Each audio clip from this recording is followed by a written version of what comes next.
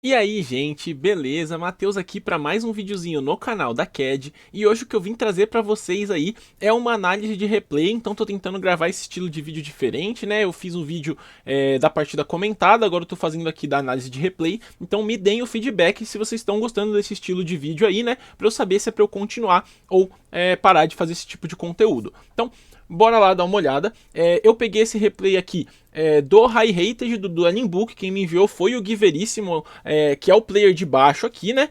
Então a gente vai dar uma analisada aqui e eu acho que uma coisa imprescindível para você avaliar uma partida é que você não olhe a mão dos dois jogadores. Eu acho isso bem relevante. Eu sei que muita gente grava análises de replays olhando os dois lados, e eu acho que isso é muito perigoso, porque isso acaba fazendo você ficar tendencioso na hora de fazer algum comentário. Então, eu vou fazer de um jeito aqui relativamente parecido com o que eu faço nas minhas aulas aqui, né? Que é pegar a perspectiva de uma pessoa que está jogando com o deck e que não sabe quais são as cartas da outra pessoa. Então, bom, os dois jogadores aqui estão na casa aqui do milhar, aqui do rating, então vai ser uma partida provavelmente aí de um ótimo nível, né? Ainda mais que o Gui Veríssimo aí, ótimo jogador. Então, vamos dar uma olhada aqui. A gente tem um Raizial Mitsurugi que abriu com uma boa mão aqui, né? A gente tem um Aramasa meio perdido, mas temos um Ice e um Sword, além de duas techs, ganhando no dado ainda, né? Então, vamos dar uma olhada como que isso se segue. Bom, aqui ele começou dando a normal summon do Ice, né? O oponente provavelmente tem interação para isso. Tá, beleza, uma Impulse, isso diz muita coisa. Provavelmente deve ser um Malice, né? Ou talvez um Mitsurugi puro. Mas já elimina bastante possibilidade de deck. E acabou sendo uma Impulse bem boa pro Gui aqui, né? Porque ele tem a extensão do Sword. Então, esse Sword tá forçando mais coisas aí. Provavelmente o cara vai falar, beleza, né? Perfeito. Veio um X aí pra mão. E vamos ver como é que ele vai seguir a jogada aqui. Tá interessante, ao invés de fazer um rank 4, ele decidiu ir direto pra Summon do Ext pra poder fazer esse Duo Drive atachando aqui, né? E jogar melhor em volta aí de algumas coisas. É interessante essa tomada de decisão, né? Mas eu acredito que, entre aspas, dá na mesma, na ordem que faz aqui, né? Essa jogada do Gui ela é muito melhor contra Nibiru, mas como tomou a Impulse, eu acredito que não precisa se preocupar muito com o Nibiru aqui, né? Mas vamos ver como é que ele tomou essa decisão aqui dessa linha. Vamos ver qual que vai ser a ordem da jogada que ele vai fazer. Aqui ele vai para Duo Drive, né? E aí vai atachar. Aqui ele tá dando esse efeito do Duo Drive. Tomou uma Ashe, tá? Beleza. As cartas do oponente estão sumindo, né? E aqui a gente ainda tem a possibilidade de continuar jogando. Então, tá bem forte aqui, né? Pro lado de quem tá começando, quem diria. E supondo que esse Duo Drive tivesse passado aqui, né? Ele provavelmente ia pegar o campo e mais uma carta e ativar esse campo. E aí já ia estar protegido ali de eventuais novas Hand Traps. Eu acredito que aqui ia ficar muito pouca diferença descer o Ext antes ou depois. Mas eu acho interessante você descer o Ext antes mesmo assim, porque você tem uma garantia maior de saber se o seu Ext vai passar o efeito ou se o oponente tem mais duas Hand Traps para dar uma no Do Drive e outra no Ext e você acabar ficando numa situação complicada. Então acho que é sábio ainda descer esse Ext antes. Ainda mais que essa matéria aí, esse Exceed no turno 1 acaba fazendo pouca diferença, né? Se é um Aggregator ou se é uma Twins, acaba não fazendo uma diferença tão grande, principalmente no deck misturado. Então, acho aceitável você trocar isso por uma matéria a mais, ao invés de ter uma Twins aleatória ou um Aggregator aleatório embaixo do Detonator, você ter uma matéria a mais nesse Dual Drive para jogar em volta de coisas. Bom, aqui então virou a Twins, né? E aí desceu o Node, que deu efeito jogando fora essa Twins e revivendo um aí. Tá, tomou uma impermanência aqui. Peculiar aqui então. Por que desceu essa Twins? Qual que era o plano do menino Veríssimo? Vamos ver. Aqui, se ele só tivesse invocado o Node e feito um Exceed do lado, ia ficar o Do Drive com muitas matérias, né? E o Exceed que ele ia tentar fazer aqui. Aqui, esse Node ia reviver um bicho e essa Twins ia trigar, fazendo um Duo Drive com uma matéria. Mas por que isso é especialmente bom? Será que é só para jogar essa Twins no cemitério? talvez seja. Faz sentido ser pra jogar essa Twins no cemitério.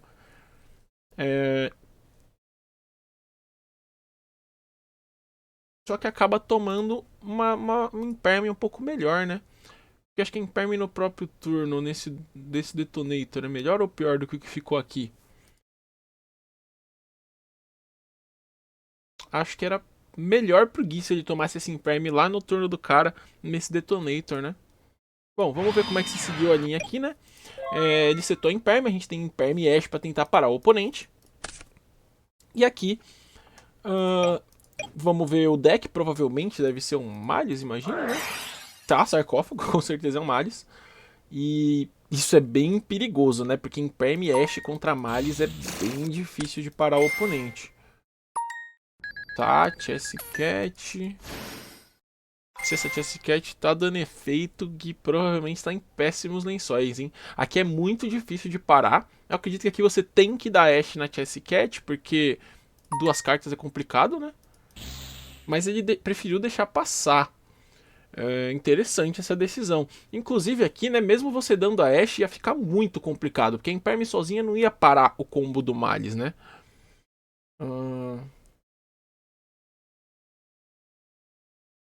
Tá. Eu acho que o plano aqui foi identificar assim, cara, eu acho que eu já perdi do jeito que tá, então eu vou deixar passar e tentar encaixar essas Hand Traps de um jeito forte. O que é uma estratégia plausível também, né? Mas acredito que essa Imperma ela vai jogar muito vôlei aqui ainda, não vai fazer nada. E talvez tentar encaixar uma futura Impermanence boa tivesse sido melhor do que deixar passar isso aqui, deixar ele comprar mais 2 cartas, né? Porque aqui a gente não tem nem follow-up. Acho que aqui a jogada tá peculiar. Mas não é tão desesperador não dar essa Ashe, viu? Porque realmente tá muito difícil. Então você pode tentar buscar a vitória num milagre ali, digamos assim, né?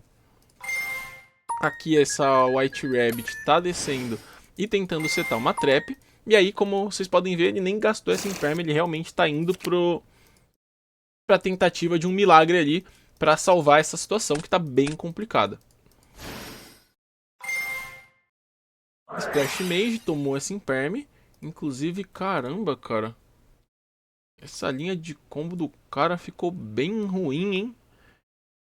Porque tomou essa Imperme doída, agora vai ter que estender com o Normal Summon. Se ele tivesse dado a trap, banindo um bicho e buscando uma Dormouse, invocando essa Dormouse, e essa Dormouse por sua vez ia pegar a Might Hair, né? Teria sido mais eficiente porque teria passado por cima dessa Imperme só com as cartas que já estão sendo vistas aí, né? Ele deve ter talvez uma Normal Summon de uma Dormouse na mão, senão essa play foi meio injustificada, né? Tá, era um campo, ok. Eu ainda acho que eu prefiro a outra play que eu comentei, viu? Mas desse jeito parece ok também, né? Como ele tem muito, ele pode decidir a ordem que ele quer fazer as coisas ali pra tentar jogar melhor em volta de uma ou outra coisa.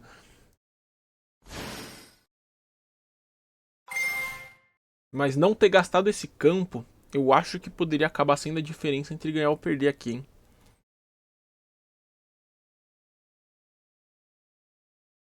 Tipo assim, no fim das contas, o que ia acontecer, ele ia dar essa trap, talvez tomasse essa Ashe e desse normal summon, ou desse normal summon não, né? Desse campo com base igual. Mas esse Splash Mage tá... Foi estranho, cara. Foi estranho. Eu não sei se eu gostei da linha desse Malice não, viu? Tá. Aqui tá banindo uma March Hair. March Hair tá voltando pra mão. E aqui então, né, tá bem complicado pro menino Gui.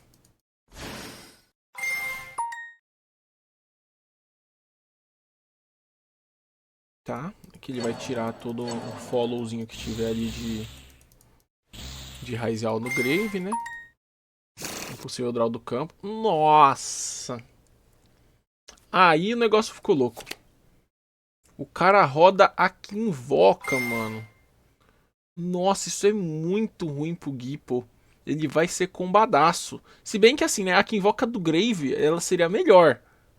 Mas Mas essa aqui invoca do deck significa que talvez a que invoca do Grave já esteja na mão do cara. Aí ferrou, né? Pegou o Wizard aqui, descartou. Fez o Axis.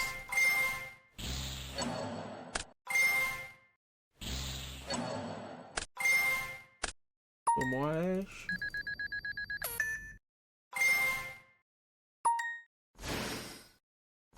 O Wizardzinho entrou.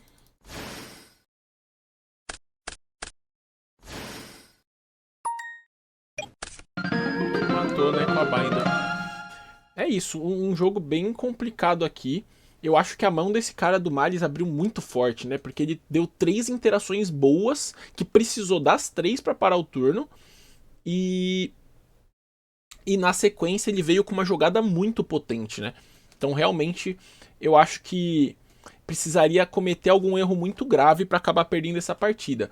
Mas assim, eu talvez seja mais estilo de jogo, eu teria jogado diferente do jeito que aquele Malice jogou. Porque o que acontece é que eu acho que ele jogou revelando muitas cartas. Dependendo da tech que tivesse na mão do Gui, se fosse uma combinação de techs melhores, talvez tivesse sido suficiente pra segurar. É que realmente eram 2 techs bem fraquinhas contra o deck dele, né? Mas não gostei da ordem. Bom, vamos lá, né? Então aqui o Gui tenta começar de novo, tá rodando a Harpy's Featherstorm, interessante aqui essa decisão. E abriu com Lancia também, então 2 cartas que são realmente muito fortes para a situação. Começou de Bonfire para já testar ali um possível draw, adicionou o Ext, tomou esse draw, legal, e aqui ele tem o Sage e o Ext. Então é uma decisão complicada, porque aqui ele pode invocar os 2 monstros para fazer a Harpy's Featherstorm e tentar pular o turno do oponente, mas aí ele perde 2 cartas potentes de jogada, ao mesmo tempo em que ele não tem 100% de garantia de que ele vai ter jogada pro turno seguinte com esse pote. Ele pode acabar tomando alguma coisa nesse pote. Então é uma decisão bem delicada. Querendo ou não, é uma aposta, né? Ele pode invocar tudo isso, fazer essa Harpy's Featherstorm, ou pode levantar as mãos pro céu e torcer pra Lancia segurar o turno sozinha. Eu particularmente, eu acho que eu invocaria os monstros, eu aceitaria que eu tenho o pote mais o draw do turno para tentar jogar, mas é aceitável você só passar o turno sem fazer nada aqui, tá? Eu acho bem aceitável. Aqui ele também foi para a decisão de invocar os monstros, beleza, e aí tá passando o turno com esse Castel. Tomou Exceeding Core no Castel, então, nossa, isso acabou sendo muito ruim. Olha esse jogo, cara.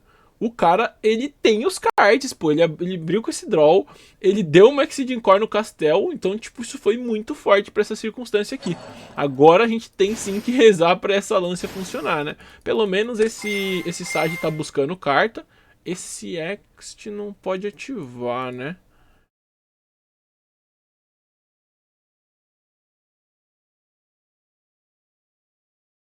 Esse Ext não pode ativar porque os monstros não são level 4. Eles consertaram ali no chat. Então, beleza. E aí, o Lanciazinho na stand-by já pra jogar em volta de Talents, jogar em volta de Alure. E aqui a gente reza, né? Beleza, foi o suficiente. Pô, que a gente podia querer descobrir o que tem na mão do oponente, né? Naquele jogo. Bom, agora a gente vai segundo aqui, né? Contra o todo-poderoso Malice. Meows é uma boa carta para matchup, apesar de estar sozinha. Ele deu o Meows aqui em Chain a Chessy Cat, que é interessante, né? Porque a maioria das pessoas dá o Meows em Chain a carta que tá tentando se invocar. Mas quando é a Chessy Cat, pra você querer usar esses Mulcharms, Meows, Fualos, geralmente vale a pena você dar em resposta. Porque se o oponente eventualmente compra uma Ashe ou uma Khaled nessa Chessy Cat, ele já tem o out ali pro Meows, que inclusive é a única hand trap, então ele precisa resolver. Então, sabe a decisão aí de usar aí o Meows em resposta a Chessy Cat. Aí ele deu essa March Hare, que voltou pra mão. Ok, a Trust setou uma Barrier. Backup, uma mão bem forte, né? Bem forte, bem chato de lidar. Talvez ele tente jogar sem dar muitos draws, né? Talvez ele tentar dar só esse draw. Mas o Gui, ele também tem bastante potência pro turno dele quando a jogada dele começar.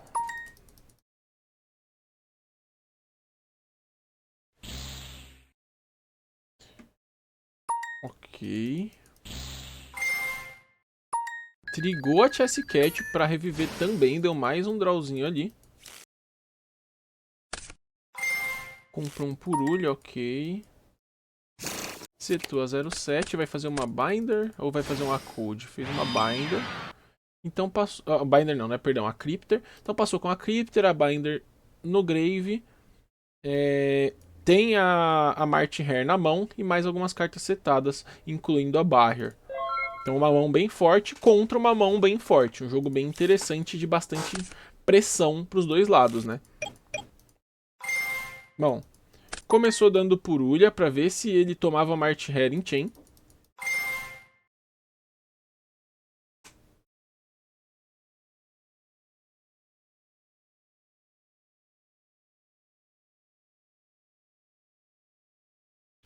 Será que ele tem um draw?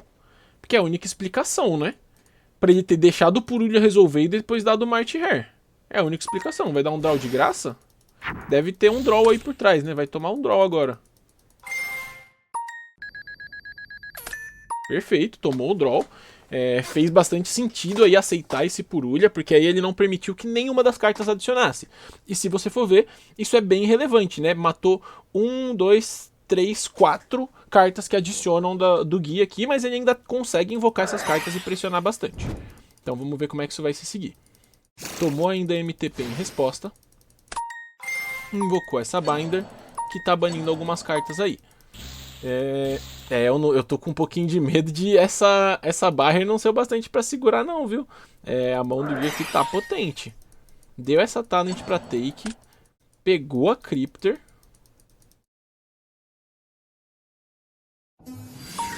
Normal Summon do Aramassa. Vai fazer uma SP. Removendo a outra carta que ele não sabe ali, né? Tomou a Malice in the Mirror em Chain. Essa SP fica na mesa, né? É engraçado que todo mundo que toma essa Malice in the Mirror confunde achando que vai banir a carta, mas ele só nega a carta. Ele bane a própria carta pra negar a carta do oponente.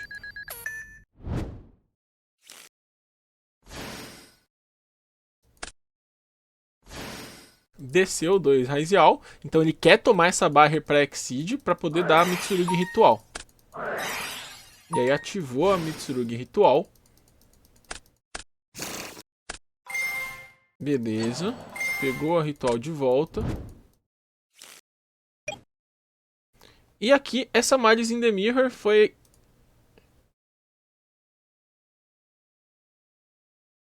Essa Malice in the Mirror negou a SP. Meu Deus do céu.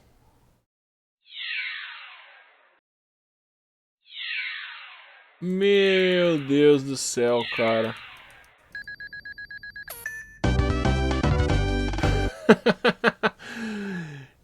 Gente, aqui basicamente o cara do Malice ele teve uma oportunidade que quando o Gui usou SP na carta setada, que era a própria Malice in the Mirror,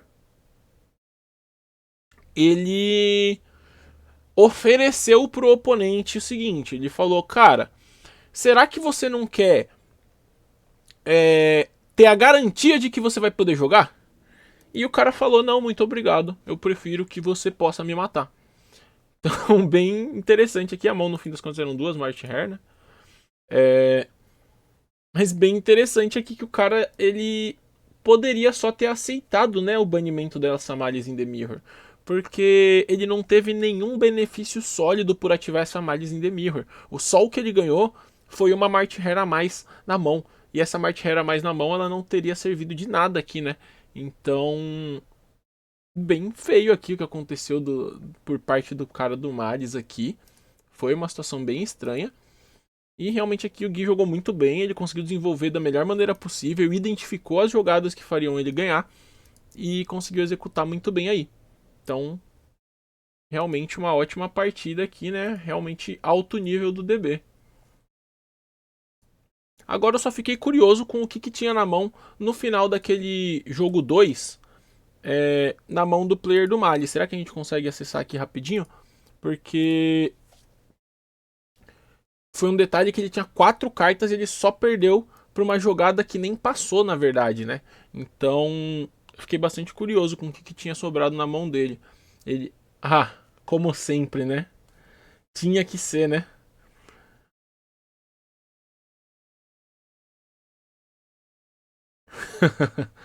Aí aqui a Lancia matou a Dormouse, matou a Underground e sobraram duas Trusts para fazer absolutamente nada, setando ali uma.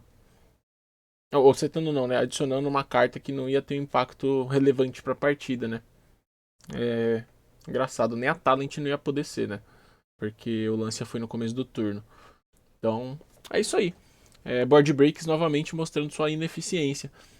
Talvez se fosse alguma techzinha ali tivesse sido bastante. Mas assim, eu tô exagerando também. A Trust ela acaba sendo uma boa carta no deck de Malice, né? Mas ali duplicou ainda por cima. Sabe-se lá como tá essa decklist pra isso acontecer. Às vezes foi muito azar. Mas infelizmente é o preço que se paga por rodar esse tipo de carta. Bom, é isso, gente. Espero que vocês tenham gostado aí desse vídeo, nesse estilo mais curto aí. Muito obrigado a todos que viram até aqui e até uma próxima.